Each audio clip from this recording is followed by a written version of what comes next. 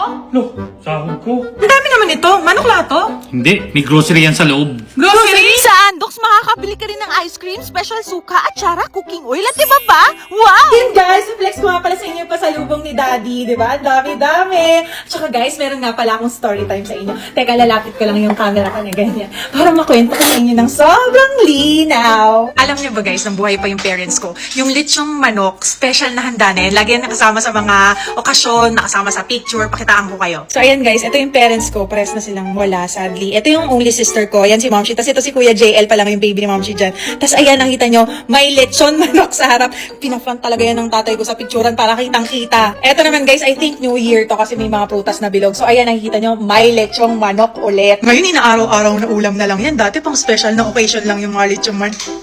Lechong... Nasaan na yung lechong manok? Hala, hindi nyo man lang ako tiniran. Salamat